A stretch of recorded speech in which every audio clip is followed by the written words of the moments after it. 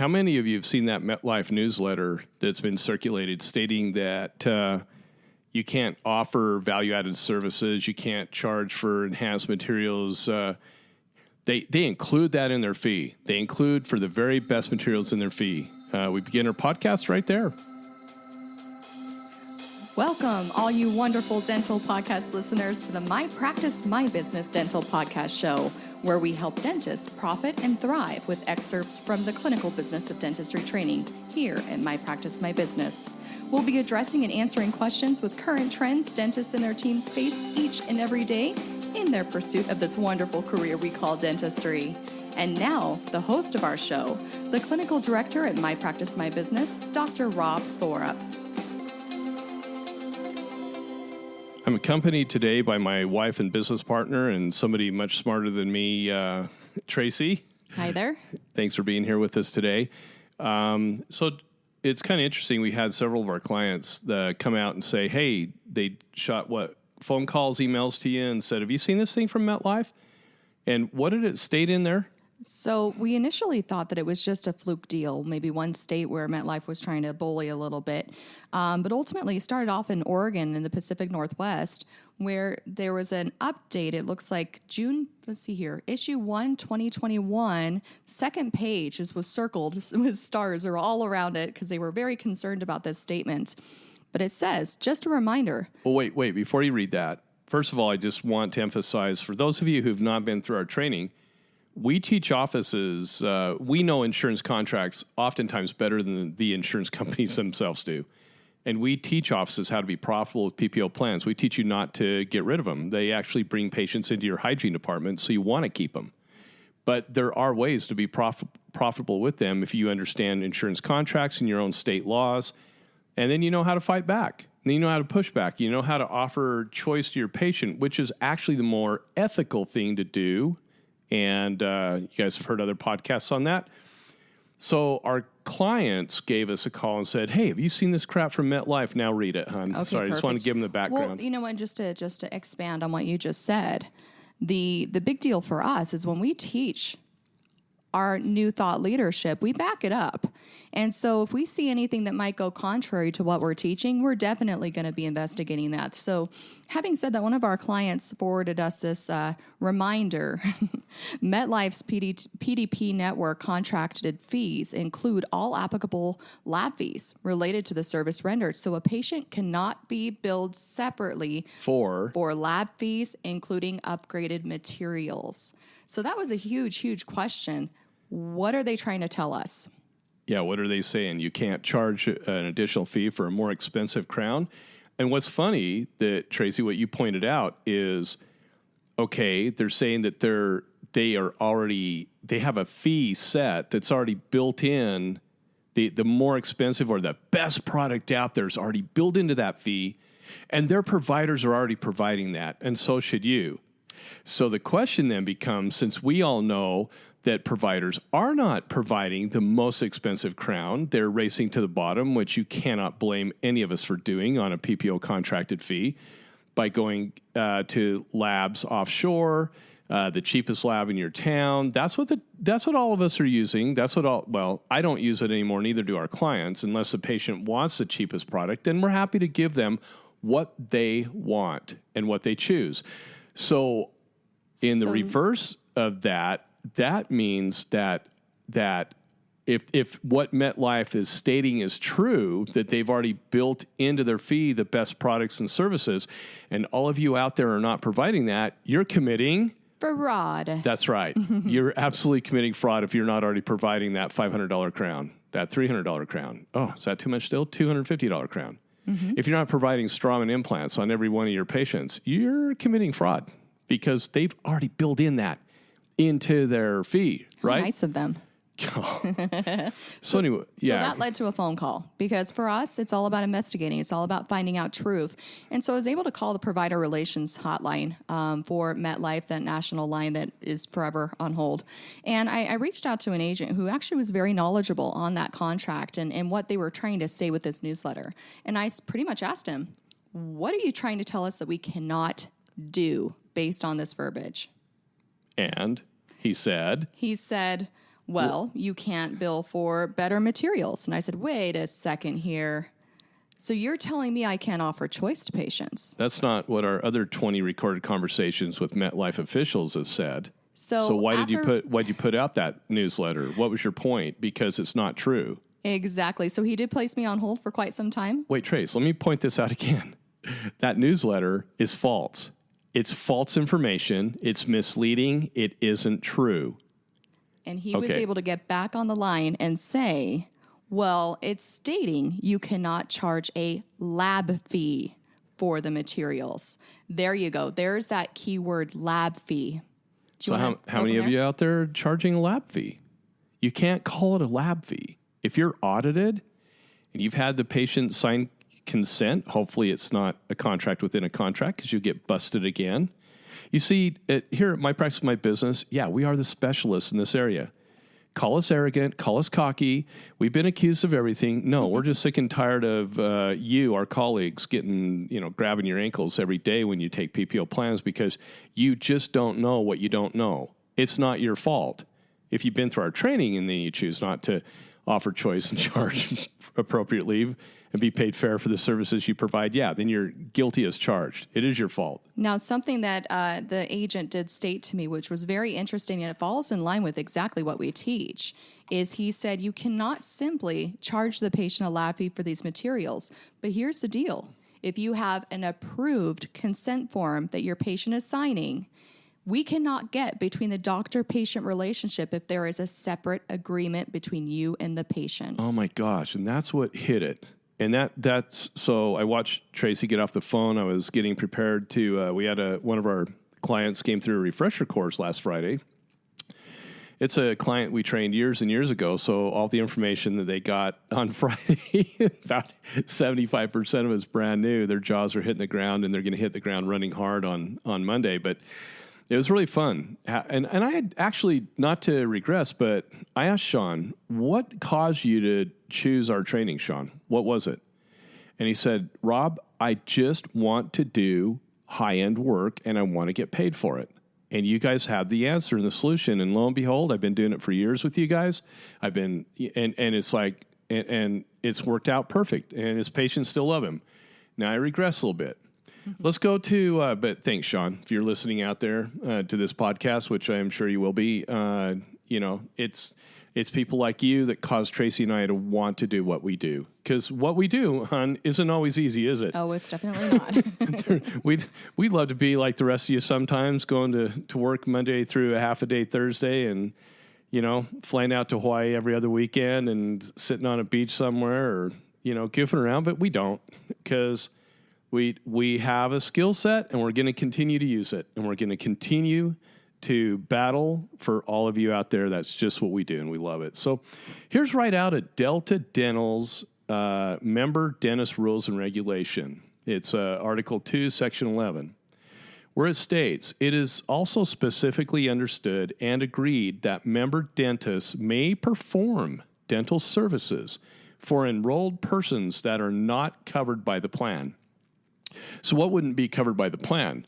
Technology, medications, and materials. Period. We've had that conversation with all the insurance companies, and those are the three words that they use all the time. Okay, if member dentist provides any dental service or services that are not covered under the plan, any charges for such procedures will be the enrolled person's responsibility. And here's the last kicker. The enrolled person will be required to sign an informed consent acknowledging and accepting non-covered services. Well, when you're providing technology, folks, when you're using technology, when you're upgrading materials, when you're doing those things, those are non-covered services.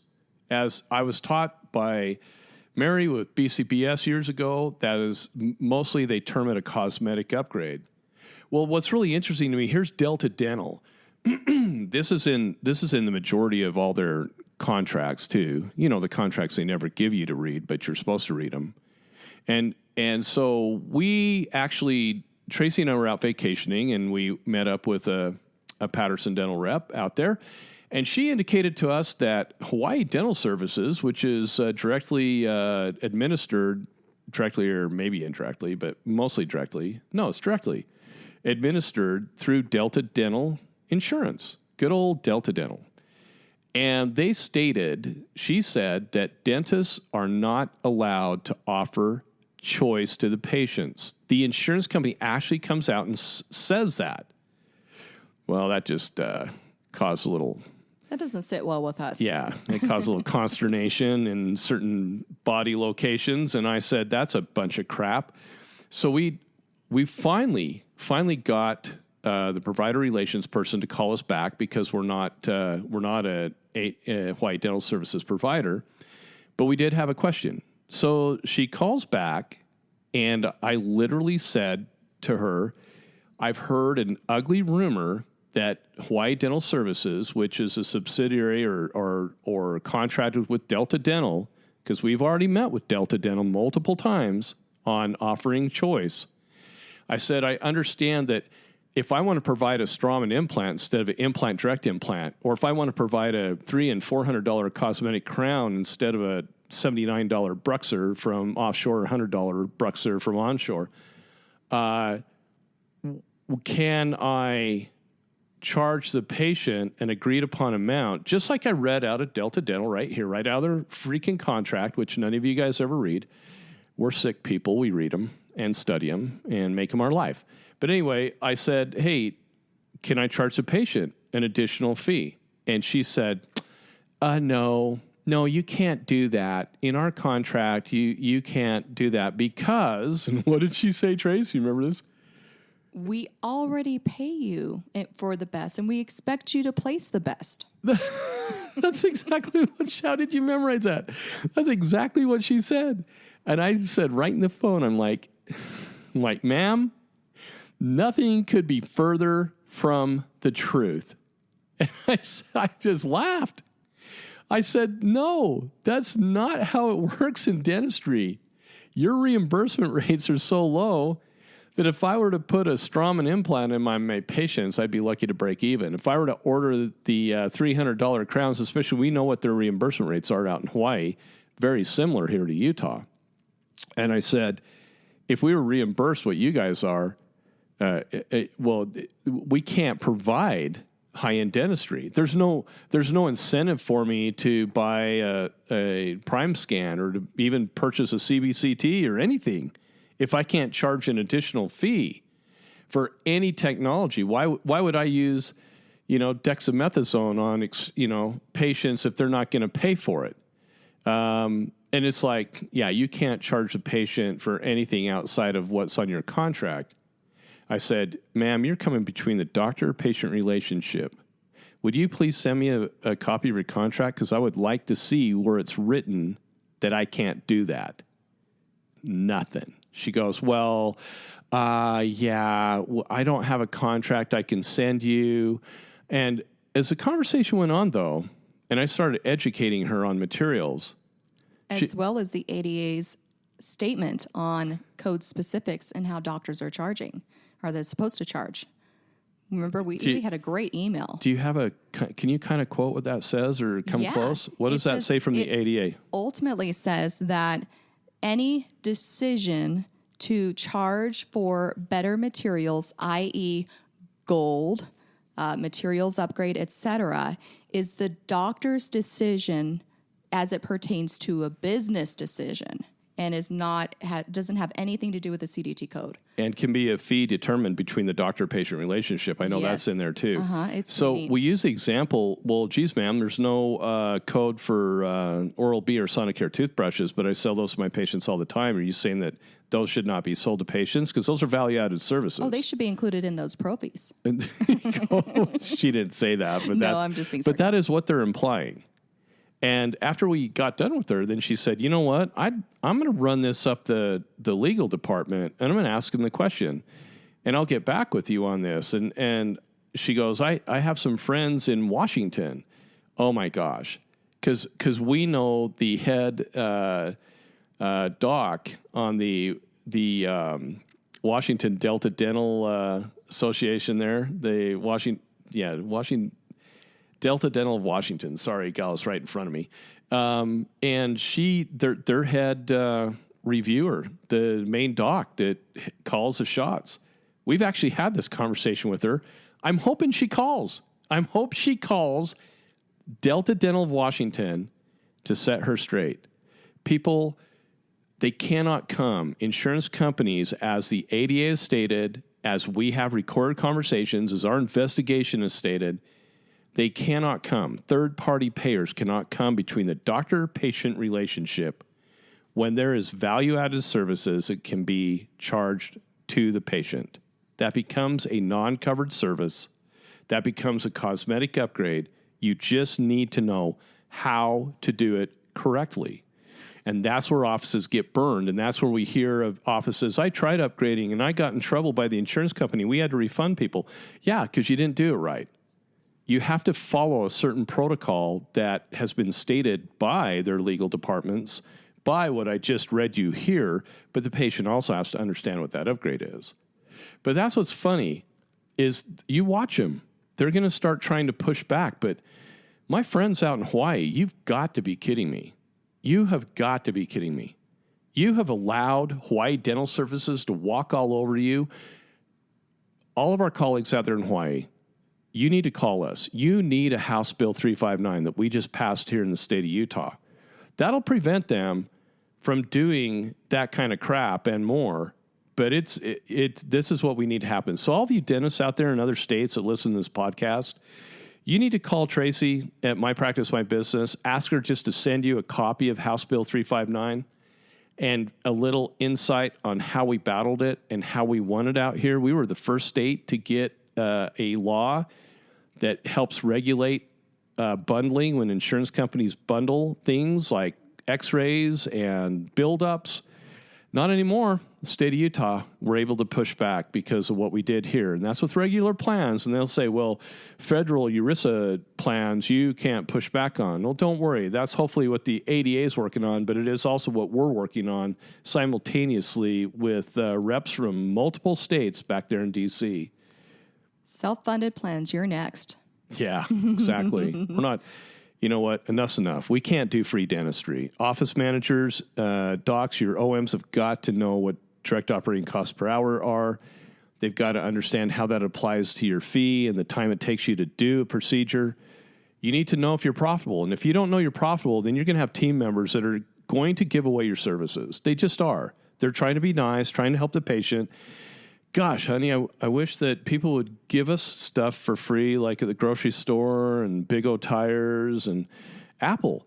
When I go to the Apple store, how come they don't, like when they ring me up, you know what? This is free. This is on us. That would be amazing. That'd be the coolest thing. That would be really cool.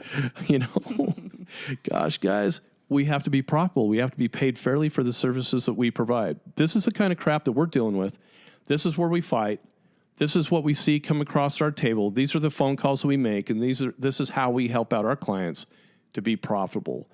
But House Bill 359, that's how we have helped out every dentist in the state of Utah to be more profitable on some of the procedures they do.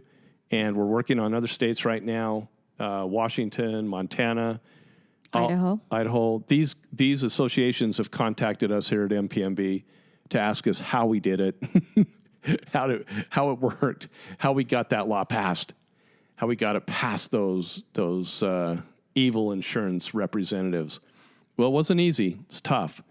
And but anyway, that's what we can do. Let us help you. And this is the kind of stuff that we battle. You guys, there's always a positive that can come out of most of these negatives. You just need to know how. You don't know what you don't know, and that's where we step in. We read the contracts. We know state laws. Let us help you. Have a great day. Thank you for being with us today. To learn more about our guaranteed, no-risk clinical business of dentistry training that is changing dental practices for the better, just go to our website, mypracticemybusiness.com, and surf our pages for additional information about our company. When you're ready, give us a call and get scheduled for the best training you'll ever experience. Those are the words of our clients, not us. Our mission statement is simple. We increase the net revenue of dental practices with our key methods, tools, and training utilizing everyday need-based dentistry.